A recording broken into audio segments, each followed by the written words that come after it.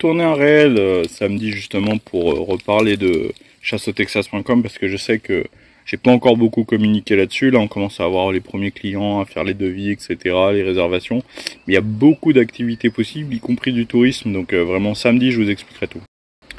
Des cowboy boots, t'en as vraiment de toutes les sortes, tous les cuirs différents, toutes les hauteurs, toutes les formes... toutes les façons de travailler, etc. T'as toutes les semelles, etc. T'as vraiment un énorme choix. C'est très facile à trouver. T'as des magasins vraiment entiers avec des milliers de paires différentes. Donc en fait, il y a des écarts de prix très très grands. C'est moins cher que en France. On va dire que les premières de bonne qualité en cuir, tu vas les trouver autour de 140 balles la paire à peu près. Et après ça peut monter, voilà, si tu veux des cuirs exotiques, etc., du python, de l'alligator, ça peut beaucoup monter, mais ça reste quand même beaucoup plus abordable qu'en France. Non, et on en a parlé longuement dans l'épisode de Radio Dixie sur la sécurité sociale que je t'invite à regarder ici. Ici je fais pousser des tomates, du maïs, des piments, de la menthe, du basilic. Mais le truc c'est qu'en fait on a eu une invasion de sauterelles, une vraie invasion, c'est-à-dire un nuage de sauterelles. Là, même encore quand je vous parle, là il y a des millions et des millions de sauterelles partout sur le terrain, partout, donc tout a été bouffé, il n'y a plus d'herbe, plus rien, donc les pieds de tomates on a réussi à les mettre sous filet, mais on a un peu tardé à le faire, donc il y en a beaucoup qui ont été bouffés, et tout le reste est mort. Tout le reste, il n'y a rien qui a survécu parce que ça dévore vraiment tout. Non, ça fait 3 ans maintenant que j'ai arrêté la compétition, le sport de haut niveau. Je suis content, j'avais fait une belle prise de masse parce que j'avais beaucoup maigri, donc parce que beaucoup de taf, de tout ça, il y a eu le déménagement, il y avait tout ça, donc j'avais perdu pas mal. Donc j'ai fait une belle prise de masse en revenant, et là j'ai recuté derrière un petit peu, resséché pour être un peu plus propre.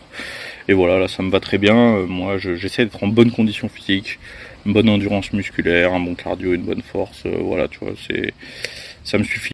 Non, dans l'esprit de certaines personnes qui me connaissent pas, oui sûrement, mais moi je vous invite à aller sur la chaîne Benchansikar et à regarder la toute première vidéo de la chaîne il y a 3 ans, qui est le trailer de la chaîne, et vous verrez que l'esprit n'a pas du tout changé. En fait c'est un mode de vie, le mode de vie que je mets en avant est toujours le même, simplement ici j'ai beaucoup plus de liberté pour vivre vraiment selon mes envies, selon vraiment mes valeurs, tout simplement. Mais rien n'a changé, non. Et c'est ça, Bench and Cigars ou Baptiste NTX sur Patreon, tout ce que je fais de manière générale, c'est un mode de vie qui est mis en avant. C'est pas une question d'histoire de français, américain ou je sais pas quoi. C'est un mode de vie traditionnel que je mets en avant, et ça sera toujours le cas. En fait, moi, je vis dans le nord-ouest du Texas, donc il fait pas du tout humide comme ça. C'est plutôt sec. Par contre il fait très très chaud. Là tout de suite là j'enregistre, il est 19h et il fait encore 41 degrés. Donc il fait très très très chaud. Mais l'humidité c'est quand je vais dans le sud. Quand j'ai fait la pêche au gar alligator par exemple, la pêche à l'arc, etc. Quand je vais dans le sud, sud-est du Texas, près du golfe du Mexique, etc. Là par contre il fait très très humide, ça monte à 99% d'humidité. Oui, ça y est, depuis peu, c'était pas le cas jusque-là, parce que étant un étranger, il me fallait un statut particulier. J'étais pas soumis au constitutional carry, donc c'est-à-dire que j'avais pas le droit constitutionnel de porter une arme, parce que ça dépend vraiment de votre situation d'immigration. Bref. Donc moi j'ai dû avoir un petit truc particulier, c'est passé par le fait de ma licence de chasse, etc. Bref, j'ai eu l'autorisation du FBI qui m'ont envoyé le bon formulaire, etc. Donc maintenant, oui, aucun souci.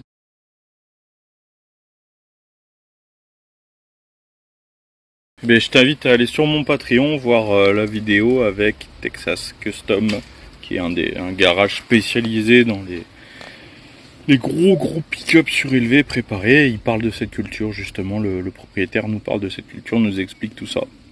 Rendez-vous sur mon Patreon.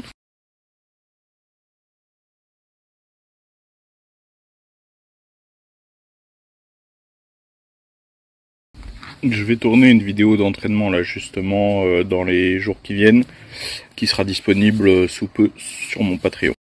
Donc là j'ai fait le réel sur ma recette de sauce piquante qui a cartonné.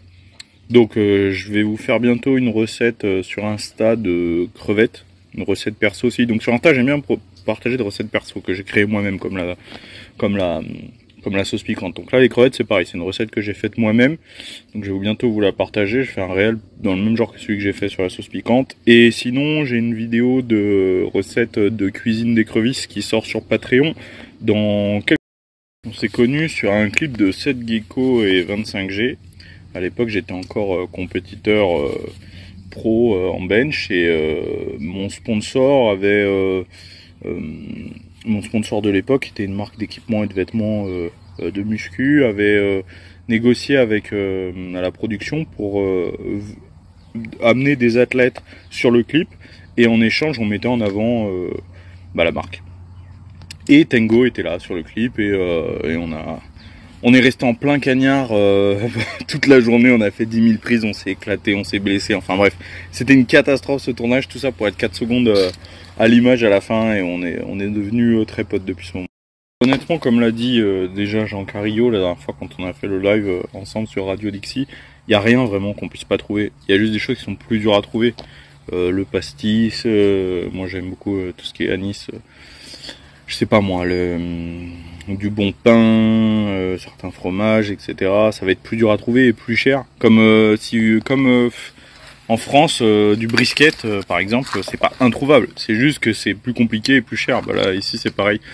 Donc, il n'y a rien de spécial. Même, vous voyez, là, j'ai de la famille qui arrive dans quelques jours. À chaque fois, ils me demandent, on te ramène quoi? Mais en fait, tout est trouvable ici, quoi. La France, pour moi, c'est un souvenir.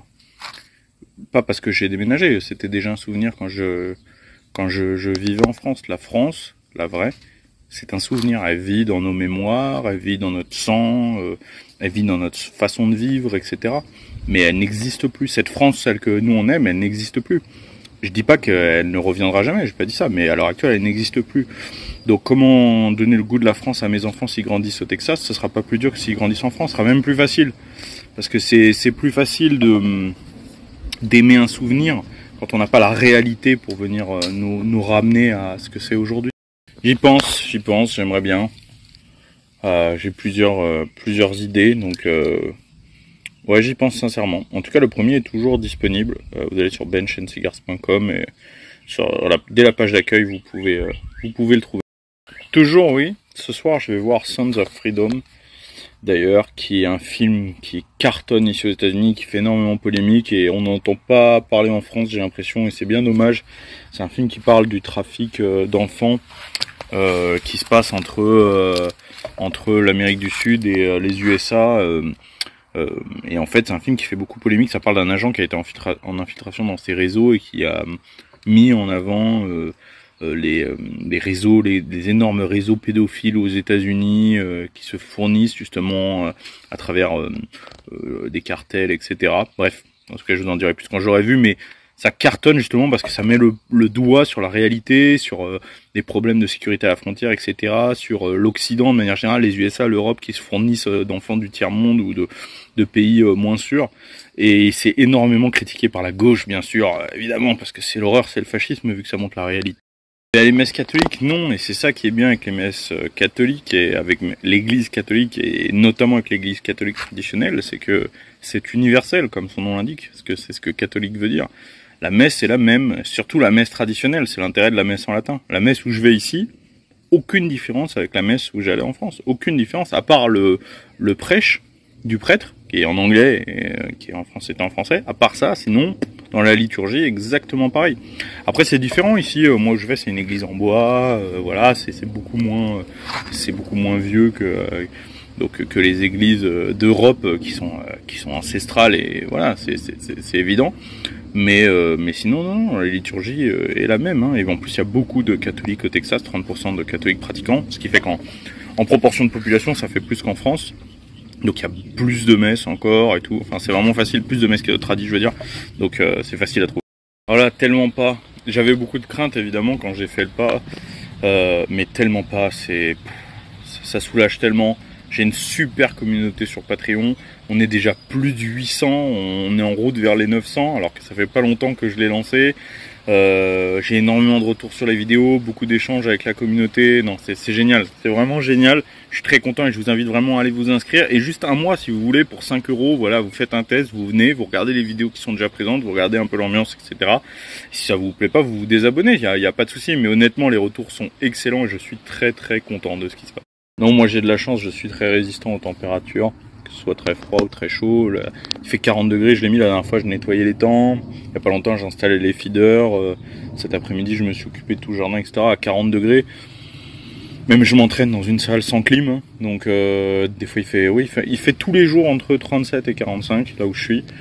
Mais regardez, là je suis encore dehors à 40 degrés. Hein. Je pourrais faire la FAQ depuis l'intérieur, hein, c'est climatisé. Donc non, moi j'ai pas ce souci-là. Et quand il fait très froid, c'est pareil, l'hiver ou quoi, j'ai pas de problème. Moi je suis très endurant aux températures.